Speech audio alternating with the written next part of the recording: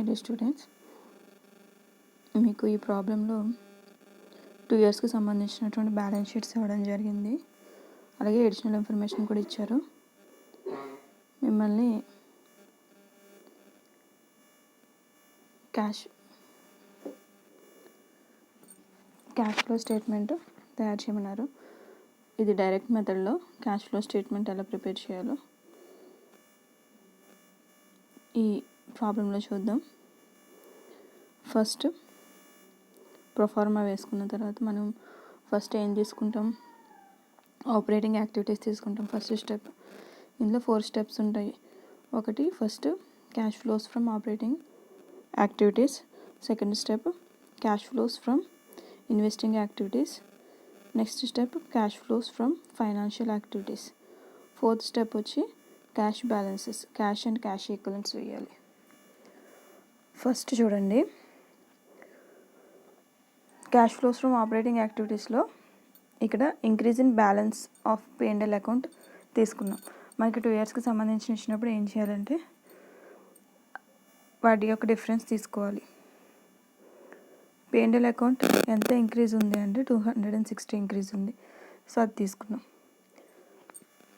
Next non cash and non operating ఐటమ్స్ని adjust చేయాలి. మనకి డాట్ఫుల్ డెట్స్కి రిజర్వ్ 350 ఉండేది, 400 అయిందంటే ఎంత ఇంక్రీజ్ అయింది, 50 ఇంక్రీజ్ అయింది. సో అది తీసుకోవాలి. అలాగే నెక్స్ట్ డివిడెంట్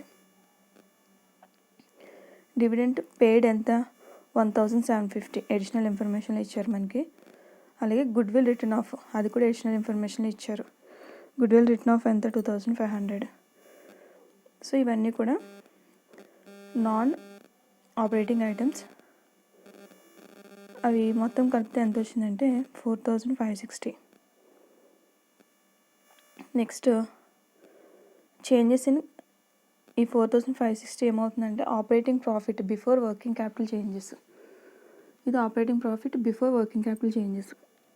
నెక్స్ట్ ఏం చూడాలి అంటే వర్కింగ్ క్యాపిటల్ చేంజెస్ చూడాలంటే మనం ఏం అడ్జస్ట్ చేయాలి, కరెంట్ అసెట్స్ ఆర్ కరెంట్ లయబిలిటీస్కి సంబంధించినటువంటి అడ్జస్ట్మెంట్స్ చేయాలి. ఇందులో మనం ఏం తీసుకుంటామంటే క్రెడిటార్స్ ఇంక్రీజ్ అయ్యాయి, అలాగే స్టాక్ డిక్రీజ్ అయింది. మీరు ఒకసారి ఇక్కడ 3 పాయింట్స్ ఇచ్చారు మనకి, increase in creditors, increase in debtors, increase in stock. ఈ 3 పాయింట్స్ ఎలా వచ్చాయో చెప్తాను. అండ్ ఇంక్రీజ్ ఇన్ డెబిటార్స్కి బ్రాకెట్ ఎందుకు పెట్టామో కూడా తెలుసుకోవాలి. ఫస్ట్ ఈ అమౌంట్స్ ఎలా వచ్చినాయి అంటే మనకి క్రెడిటార్స్కి, డెబిటార్స్కి, స్టాక్కి ఉన్నటువంటి చేంజ్ తీసుకోవాలి. స్టాక్ 2015తో పోస్తే 2016లో ఎంత డిక్రీజ్ అయింది తీసుకోవాలి. అలాగే డెబిటార్స్ ఎంత ఇంక్రీజ్ అయిందో తీసుకోవాలి. అండ్ క్రెడిటార్స్ కూడా ఎంత ఇంక్రీజ్ అయింది. ఈ 3 తీసుకున్నాం.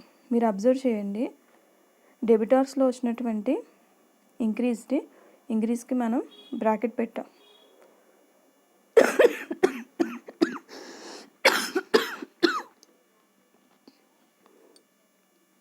ఇక్కడ ఏంటంటే ఏం యాడ్ చేయాలంటే కరెంట్ అసెట్స్ డిక్రీజ్ అయితే యాడ్ చేయాలి. ఏంటి, కరెంట్ అసెట్స్ డిక్రీజ్ అయినా, కరెంట్ లయబిలిటీస్ ఇంక్రీజ్ అయినా యాడ్ చేయాలి. ఇక్కడ అదే చేసాం మనం. కరెంట్ లయబిలిటీ క్రెడిటార్స్ ఏమైంది, ఇంక్రీజ్ అయింది, ప్లస్ వాల్యూ. సో అందుకని దానికి బ్రాకెట్ పెట్టలేదు. స్టాక్ డిక్రీజ్ అయింది, కరెంట్ అసెట్స్ డిక్రీజ్ అయినా యాడ్ చేయాలి. అందుకే ఆ రెండింటికి మనం బ్రాకెట్స్ పెట్టలేదు. అట్ ది సేమ్ టైం ఏం లెస్ చేయాలి అంటే కరెంట్ అసెట్స్ ఇంక్రీజ్ అయితే లెస్ చేయాలి, అలాగే కరెంట్ లయబిలిటీస్ డిక్రీజ్ అయితే లెస్ చేయాలి.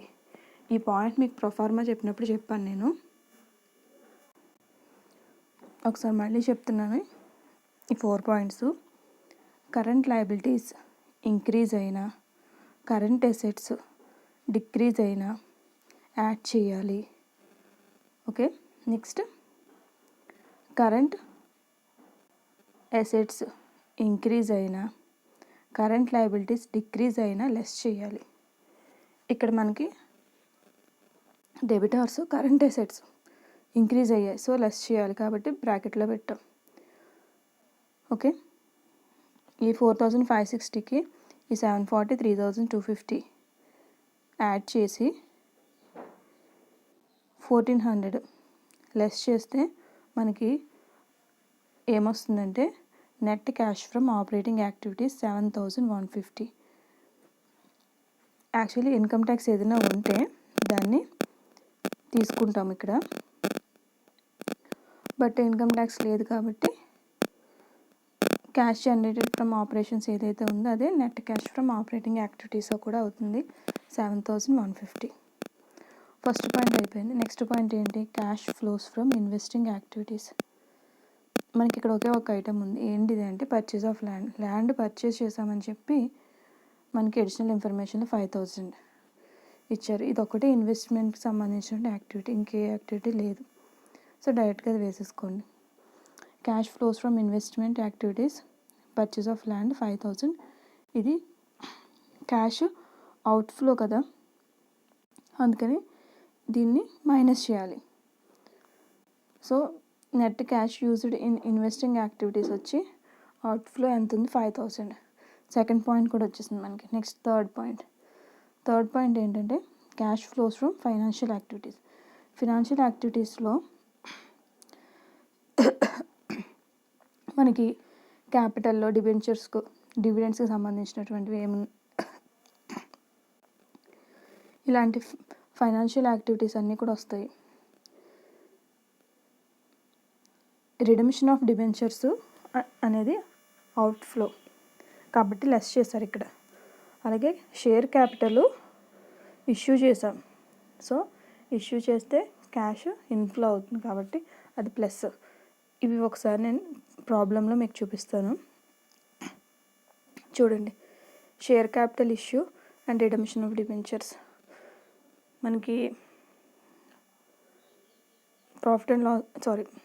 బ్యాలెన్స్ షీట్లో షేర్ క్యాపిటల్ 2015లో 35,000 ఉంది, 2016కి వచ్చేసరికి 37,000 అంటే 2000 ఇంక్రీజ్ అయింది కాబట్టి ఇది ఏంటంటే షేర్ క్యాపిటల్ ఇష్యూ చేసినట్టు. నెక్స్ట్ డిబెంచర్స్ 2015లో 6,000 ఉంది, 2016కి వచ్చేసరికి 3,000 అయింది. అంటే 3,000 వాల్యూ చేసేటువంటి డిబెంచర్స్ ఏం చేసామంటే పే చేసాం. మనకి ఈ విషయాన్ని అడిషనల్ ఇన్ఫర్మేషన్లో కూడా ఇచ్చారు. Debentures paid 3,000. అలాగే డివిడెండ్ పెయిడ్ ఫస్ట్ పాయింట్ 1,750. ఇది కూడా ఏంటంటే cash outflow. So share capital inflow కాబట్టి ప్లస్, క్యాష్ ఫ్లో స్టేట్మెంట్లో అది ఇన్ఫ్లోలోకి వస్తుంది కాబట్టి మనం యాడ్ చేసుకుంటాం. 2,000 డిబెంచర్స్ పే చేసాం అవుట్ఫ్లో కాబట్టి ఆ 3,000 లెస్ చేయాలి. అలాగే డివిడెండ్ పే చేసాం, అది కూడా అవుట్ఫ్లో 1,750, అది కూడా ఏం చేయాలి? లెస్ చేయాలి. టోటల్గా 4,750 అయింది మైనస్ వాల్యూస్, ప్లస్ వాల్యూ వచ్చి 2,000. ఈ 2,000 నుంచి 4,750ని లెస్ చేస్తే మనకి ఇంకా 2,750 మైనస్ వాల్యూ ఉంటుంది.